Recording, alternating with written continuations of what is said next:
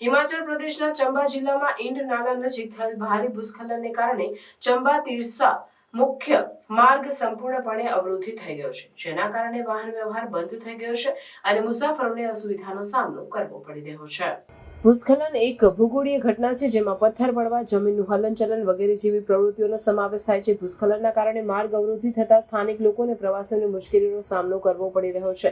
પ્રદેશના માર્ગ અને મકાન વિભાગની ટીમો કાટમાળ દૂર કરીને માર્ગ ફરીથી ખુલ્લો કરવા માટે સતત કાર્યરત છે. તેઓ શક્ય તેટલી ઝડપથી માર્ગ વ્યવહાર પુનઃસ્થાપિત કરવા પ્રયત્નશીલ છે. સ્થાનિક પ્રશાસન સ્થિતિ પર નજીકથી નજર રાખી રહ્યું છે અને મુસાફરોની સુરક્ષા અને સુવિધા સુનિશ્ચિત કરવા માટે જરૂરી પગલાં લઈ રહ્યું છે.